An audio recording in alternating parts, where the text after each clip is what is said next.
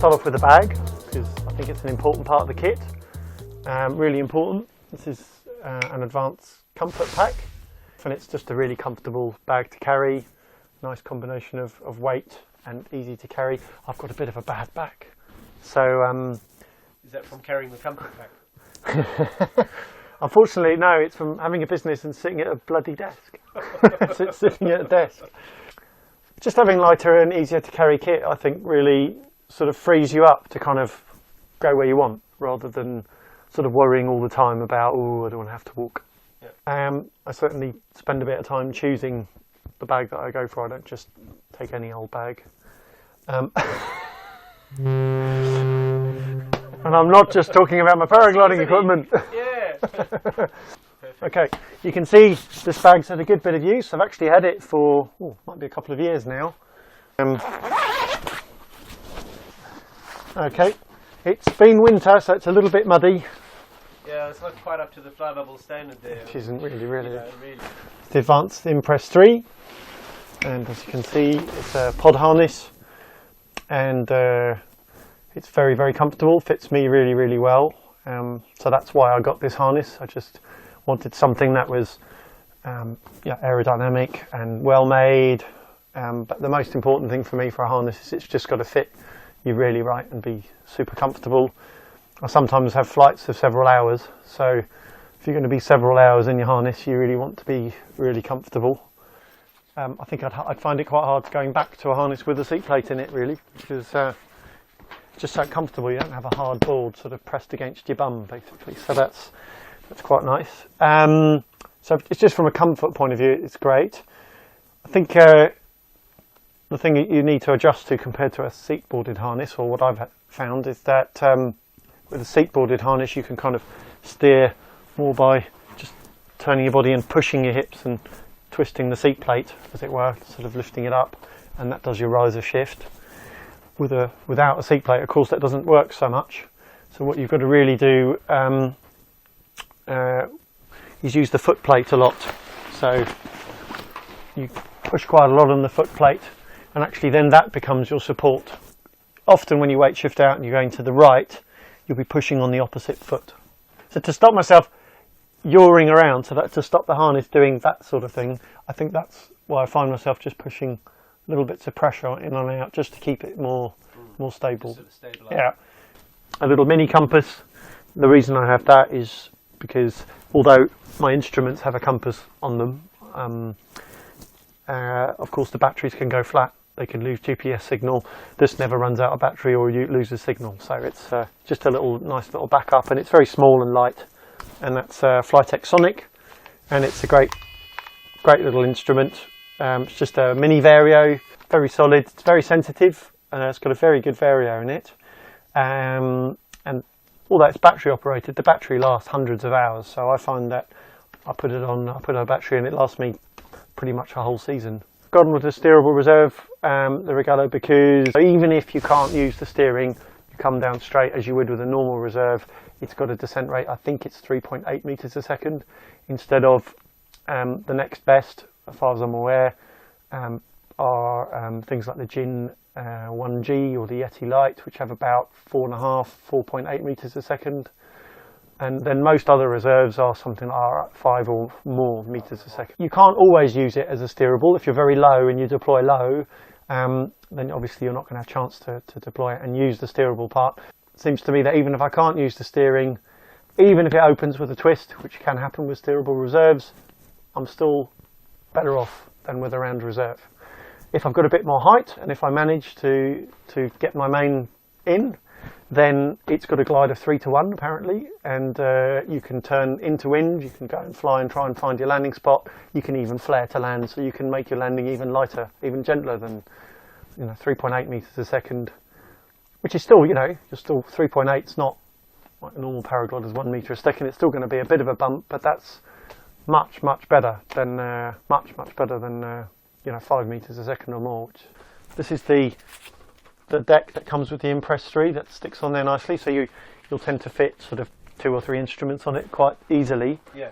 And I found that you can get these 11-inch laptop case holders that seem to fit it really well. It's a nice way to protect your instruments, and they're quite cheap as well. So there we go. Okay, so what's on my flight deck will vary quite a bit from one day to another, because I'm often testing different instruments out.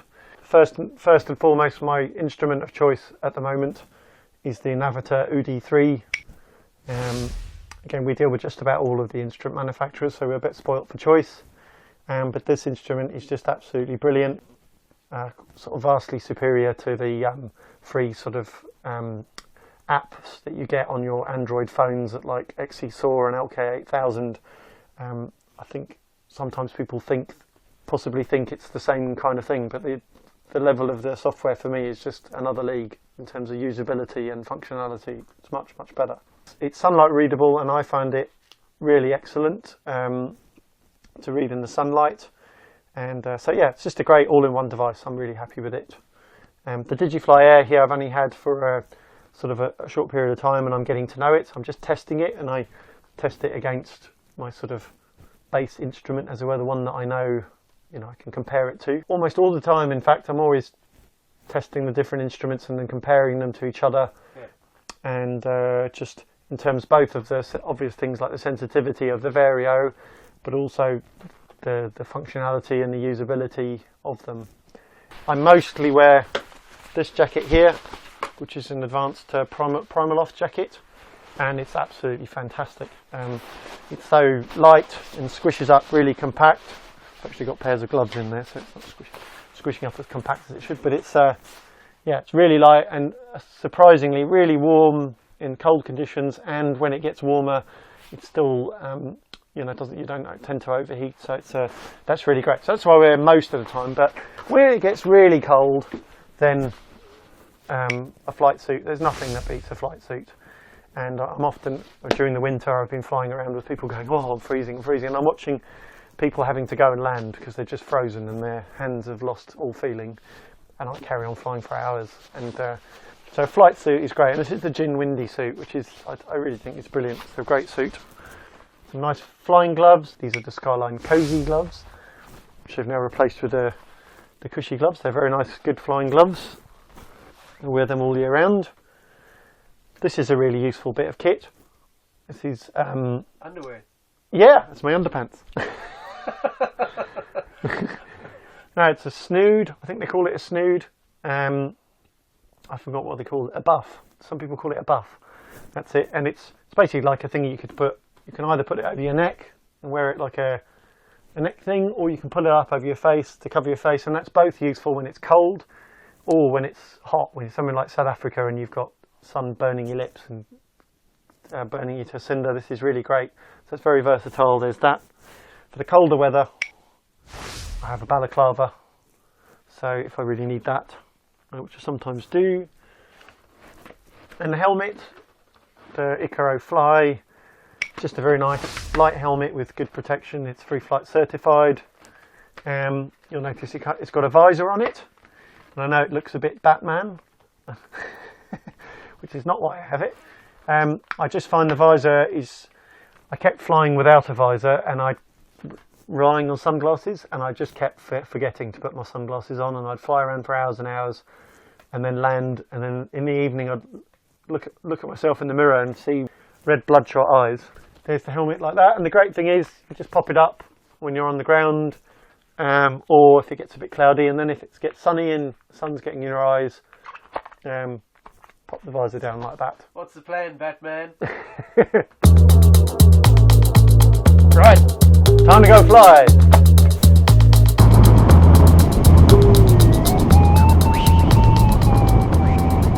The Gin Carrera, and I've chosen it. I've flown lots of different gliders and tried out lots of different ones. I'm looking for a wing that's got really nice agile. I like a glider with agile handling. It gives plenty of feedback, and especially in UK conditions, I need it to climb really well because the thermals aren't so strong. So it climbs really well.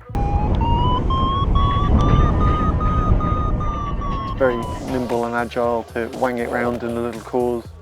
Very important on our little UK hills to try and, it's really important to hook into the climbs to be able to climb out really quick. It really helps, and it's great for that.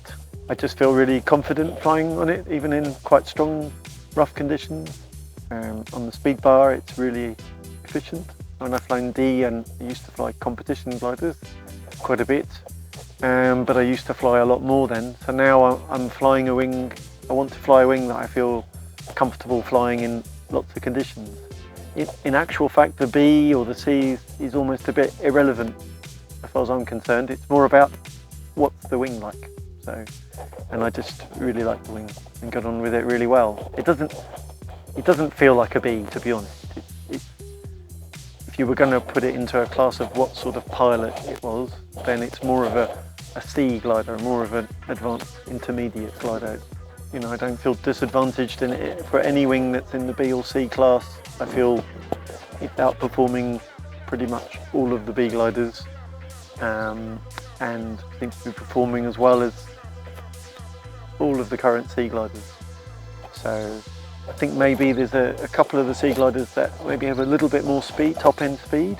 So that's probably true, but I don't use that top end speed very much. And for the kind of flying and my flying style, I don't fly around pulley to pulley locked out. I like to, more of a bimbler really. So it's pretty good. When I start to fly against the guys on the current D level gliders, then yeah, I can feel I'm losing out a little, but not that much. And you know, at the end of the day, if you've got to feel comfortable on the wings that you're flying. So I think I gain a little bit for myself personally, just in how comfortable I feel to fly. You know, it's difficult to know if it's just down to luck or how the conditions were on the day, but I happen to have done quite a lot of my best ever flights on that glider.